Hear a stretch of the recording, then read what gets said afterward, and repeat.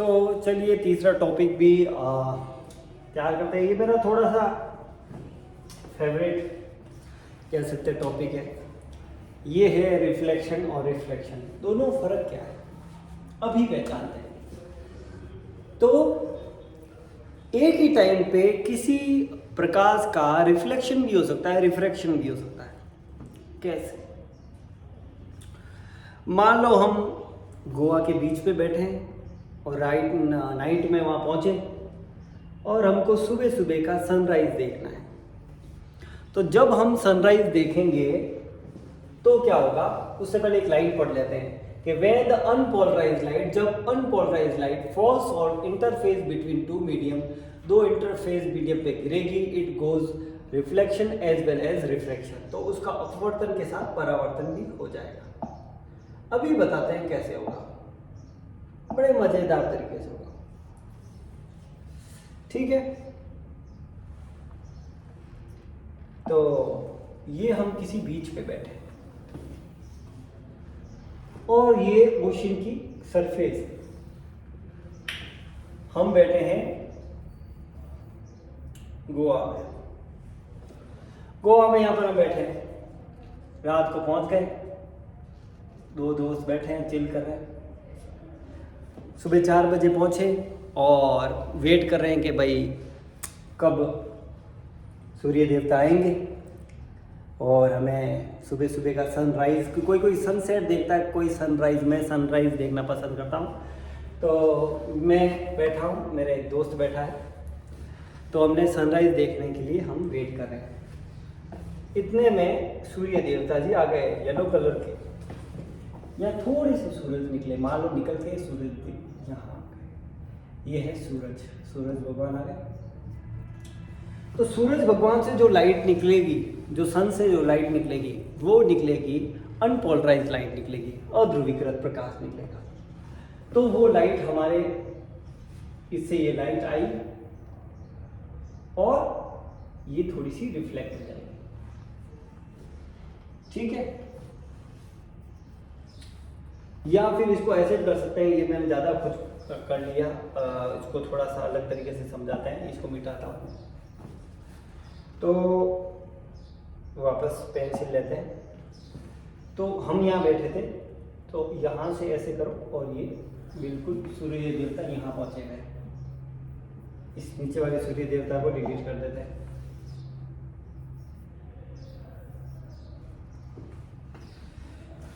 ठीक है, अब ये जो लाइट होगी ये पोलराइज होगी, तो इसको दिखाने के लिए कह सकते हैं ये इसका वाइब्रेशन ऐसे भी होगा, तो हम इसको ऐसे गोलों से दिखा सकते हैं और इसका वाइब्रेशन इस डायरेक्शन में भी होगा। अब ये सूरज की लाइट आई और हमारी आंखों पे गिरी, ओ हमने देखा, ओ चिड़ को पड़े, आंखों में चिड़ के पड़ने लगे। तो ये लाइट यहाँ से आई, ये है अनपोलराइज लाइट, अनपोलराइज लाइट है।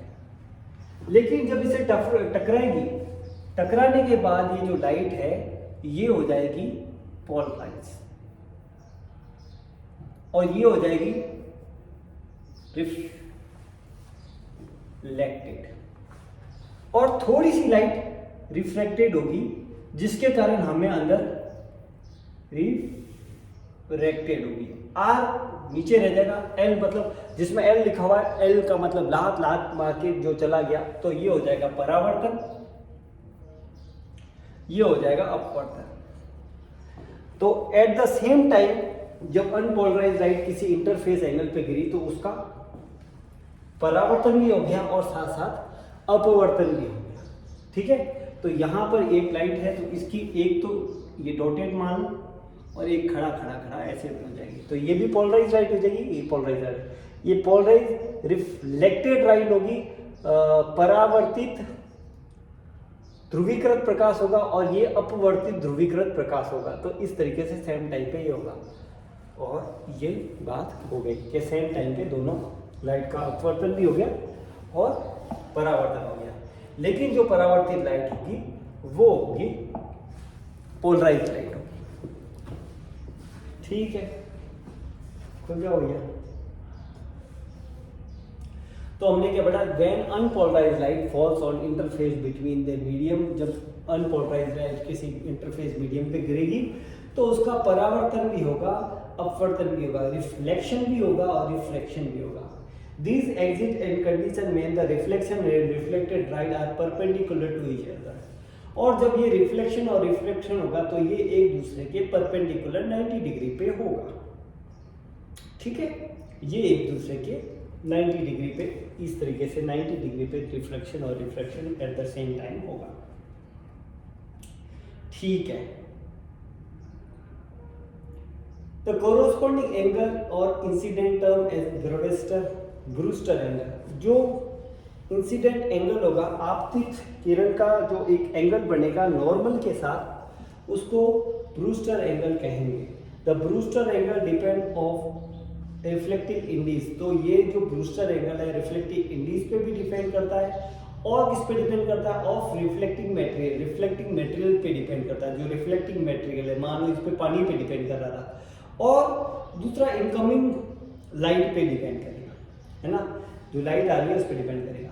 तो ब्रूस्टर एंगल हो गया। Brewster angle also known as polarising angle.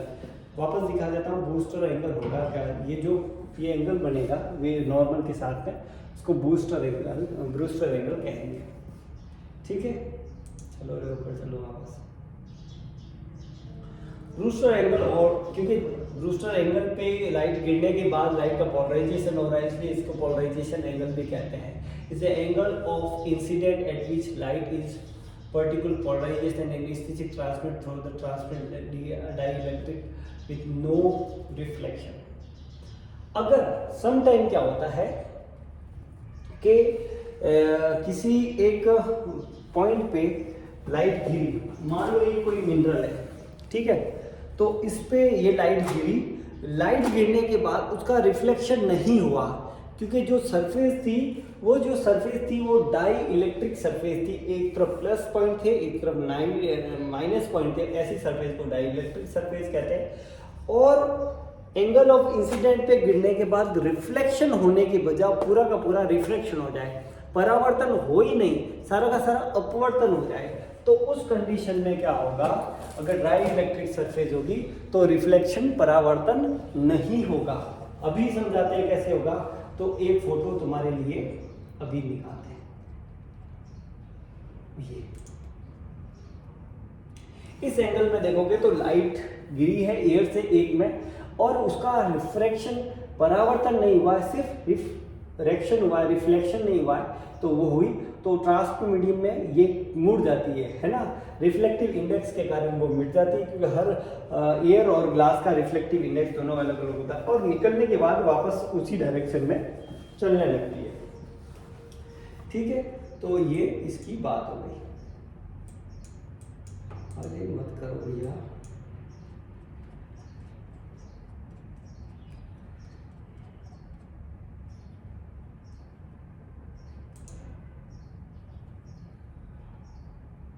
ठीक है। When the unpolarized light is incident A angle, जब unpolarized light किसी एंगल पे, इंसिडेंट एंगल पे गिराओगे, the light that is reflected from the surface, जो लाइट रिफ्लेक्ट होगी सरफेस से, therefore perfectly polarization, अगर साइड लाइट का रिफ्लेक्ट हो जाएगी तो वो लाइट परफेक्टली पोलराइज हो जाएगी, किसी भी सरफेस पे टकरा के वापस जाएगी तो लाइट परफेक्टली पोलराइज हो जाएगी। जैसे सूरज की किरणें समुद्र की सरफेस पे गिरी तो उसके बाद जो लाइट है वो परावर्तित हो जाती है। अब the angle name are after Scottish physicist थे सर डेविस ब्रूस्टर, उनके नाम पे इस एंगल का नाम ब्रूस्टर एंगल पड़ा। ये तो हो गया परावर्तन। अपवर्तन किसे कहते हैं, तो अपवर्तन समझने के लिए हमको रिफ्लेक्टिव इंडेक्स भी साथ में ही पढ़ना पड़ेगा। द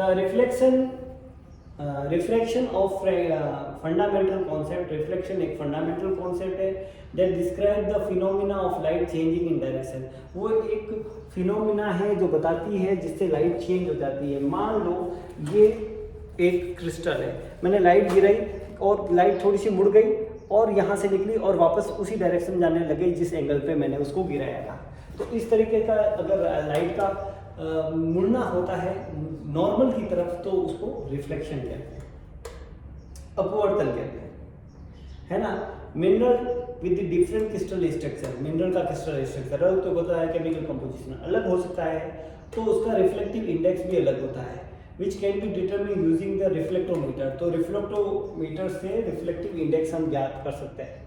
तो reflective index is a important optical property, ये एक इम्पोर्टेंट ऑप्टिकल प्रॉपर्टी होती है जो कि मिनरल के आइडेंटिफिकेशन में काम आती है। कैसे काम आती है अभी देखते हैं। सर्टेन मिनरल लाइक कैल्साइट, मान लो ये कैल्साइट का मिनरल है, कैल्साइट का ये नहीं है तो इसको ऐसे देख लें।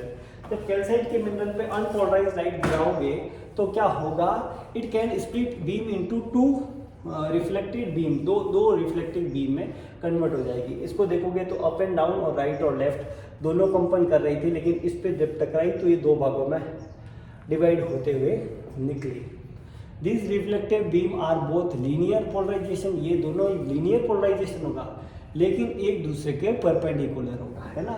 एक अप एंड डाउन वाइब्रेट करेगी और एक राइट और लेफ्ट वाइब्रेट करेगी। इसी के साथ हम पढ़ते हैं कि ये लाइट का जो मुड़ना है वो होता क्यों है, तो वो हर मिनरल का रिफ्लेक्टिव इंडेक्स अलग होता है, परिवर्तनांक सूचकांक अलग होता है, इसके कारण वो मुड़ जाती है। तो उसके बारे में हम पढ़ते हैं होता क्या है।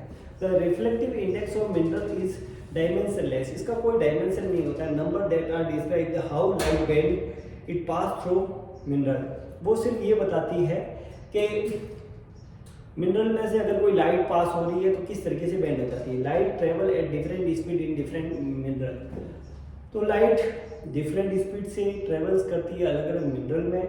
When the light travel from the material with the lower reflective index, अगर लाइट लोअर रिफ्लेक्टिव इंडेक्स जैसे एयर का रिफ्लेक्टिव इंडेक्स है वो कम होता है, तो वहां से ट्रेवल करती है हाई रिफ्लेक्टिव इंडेक्स में। ग्लास में कांच का रिफ्लेक्टिव इंडेक्स एयर से थोड़ा सा ज़्यादा होता है, तो जब उसमें से एयर में से ग्लास में लाइट ट्रेवल करती है तो वो नॉर्मल की तरफ मुड़ जाती है।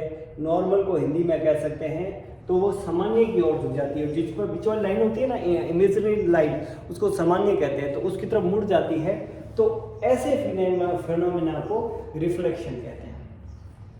When light travel from material lower reflective index such as air, जब light lower reflective index air में से मटेरियल में से हाई रिफ्लेक्टिव इंडेक्स ग्लास में एंटर करेगी तो क्या होगा, लाइट है वो वेव नॉर्मल की तरफ मुड़ जाएगी। जब लाइट एक लो रिफ्लेक्टिव इंडेक्स मटेरियल एयर में से हाई रिफ्लेक्टिव इंडेक्स ग्लास में एंटर करेगी तो वो नॉर्मल की तरफ, ये नॉर्मल है इसकी तरफ ये मुड़ जाएगी, तो इस मुड़ने को ही रिफ्लेक्शन कहते हैं और अपवर्तन कहते हैं।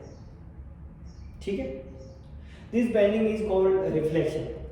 The amount of bending determined by the difference in reflective index of two material. अब ये कैसे ज्ञात कर सकते हैं, तो अमाउंट पे ज्ञात करते हैं कि फर्स्ट मटेरियल का रिफ्लेक्टिव इंडेक्स कितना था, आपतित कोण कितना था, और फिर सेकंड मटेरियल का रिफ्लेक्टिव इंडेक्स कितना था और कितनी वो वेव नॉर्मल की तरफ मुड़ी।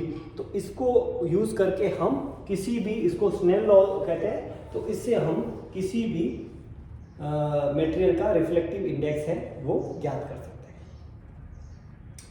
अब क्यों जरूरी है reflective index, identification of reflective index in thin section. Thin section में हम रिफ्लेक्टिव इंडेक्स किसी मिनरल का कैसे ज्ञात कर सकते हैं वो देखते हैं। When a transparent object is embedded into liquid, कोई ट्रांसपेरेंट लिक्विड है उसको हमने किसी लिक्विड में डाल दिया, its appearance depend on the difference between the reflective index of object and liquid। तो वो दिखेगा या नहीं दिखेगा वो डिपेंड करता है कि उस जिस मटेरियल लिक्विड में हमने डाला है ना उसके रिफ्लेक्टिव इंडेक्स पे डिपेंड करेगा। If the difference is very small, अगर दोनों का रिफ्लेक्टिव इंडेक्स कम है, बहुत कम डिफरेंस है, जो वो हमने उसमें जो चीज डाली है वो विजिबल नहीं होगी। If the difference is very small the object will not be clear visible, तो अंदर जो हमने मटेरियल डाला है तो नहीं दिखेगी। जैसे ग्लास कांच के टुकड़े हम पानी में डाल दें या फिर उसमें हम क्रायोलाइट के मिनरल डाल दें तो फिर हमें वो नहीं दिखेंगे, क्योंकि दोनों का रिफ्लेक्टिव इंडेक्स है वो एक जैसा होता है। The extents of the mineral visible when the mineral and fluid that are Canada balsam in microscope slide. तो क्या करते हैं हम कि इसको मिनरल का जो एक्सटेंशन है वो उसको देखने के लिए हम जो भी स्लाइड होती है, तो मैं एक चीज़ और बताता हूँ। जैसे ये मिनरल है, ये सॉरी स्लाइड है, तो स्लाइड को जिससे हमने चिपकाया है ना वो लिक्विड कनाडा बाल्सम है, तो उसको हम यूज़ करके हम देख सकते हैं कि जो कनाडा बाल्सम का रिफ्लेक्टिव इंडेक्स होता है 1.54 होता है, तो उसके हिसाब से हम देख लेते हैं कि किस मिनरल का रिफ्लेक्टिव इंडेक्स ज़्यादा है, किस मिनरल का रिफ्लेक्टिव इंडेक्स कम है, तो वो हम थोड़ा सा आइडेंटिफाई कर लेते हैं। ठीक है। The blurring of boundary called wave, जब बाउंड्री जो है वो ब्लर होती रहती है तो उसका रिलीफ, उसको हम रिलीफ कहते हैं। जैसे इसकी बाउंड्री है इस मिनरल की, तो इसकी जो बाउंड्री है जैसे जैसे साइड में ब्लर हो रही है, कम हो रही है, तो उसको हम रिलीफ कहते हैं। इसको वापस रखते हैं हम। The mineral boundary is clearly visible because of the significant difference between reflective index and the Canada balsam.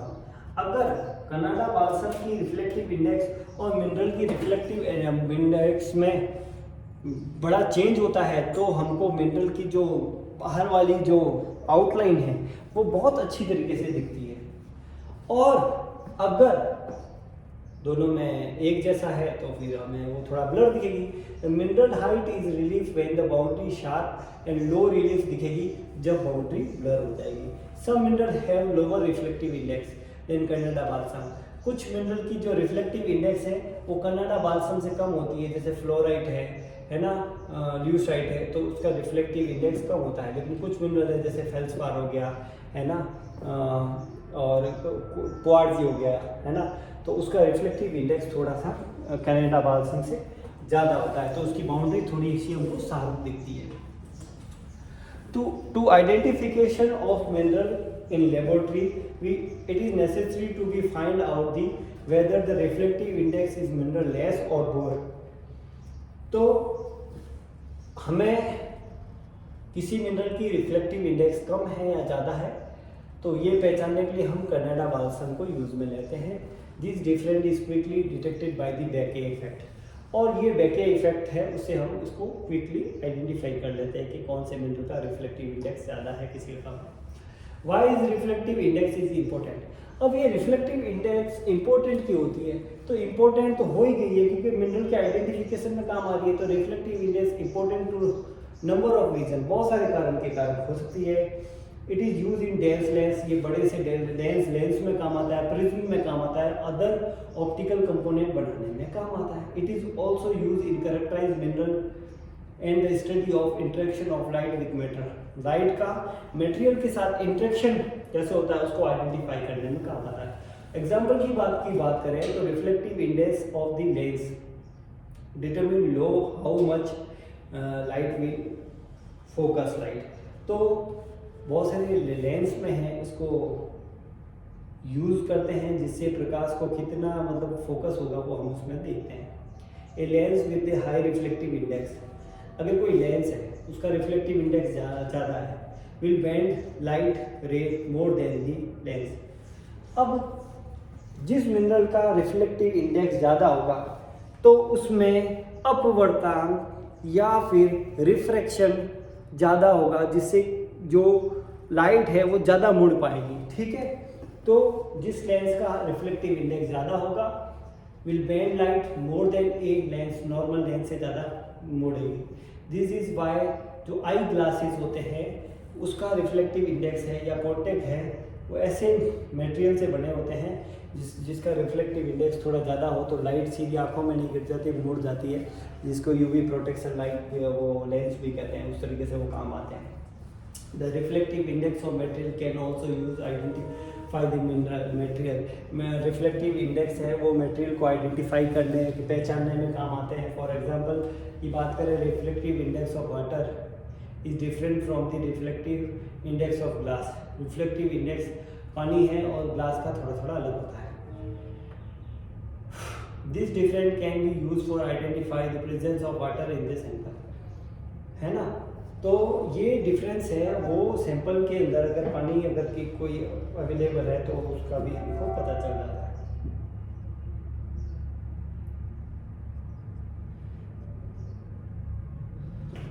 अब reflective index of different material mineral, अलग अलग मिनरल का रिफ्लेक्टिव इंडेक्स डिफरेंस होता है। कैसे होता है वो देखते हैं। The reflective index of material very depending on the material itself. ये मटेरियल पे डिपेंड करेगा, सबका रिफ्लेक्टिव पे डिपेंड करेगा।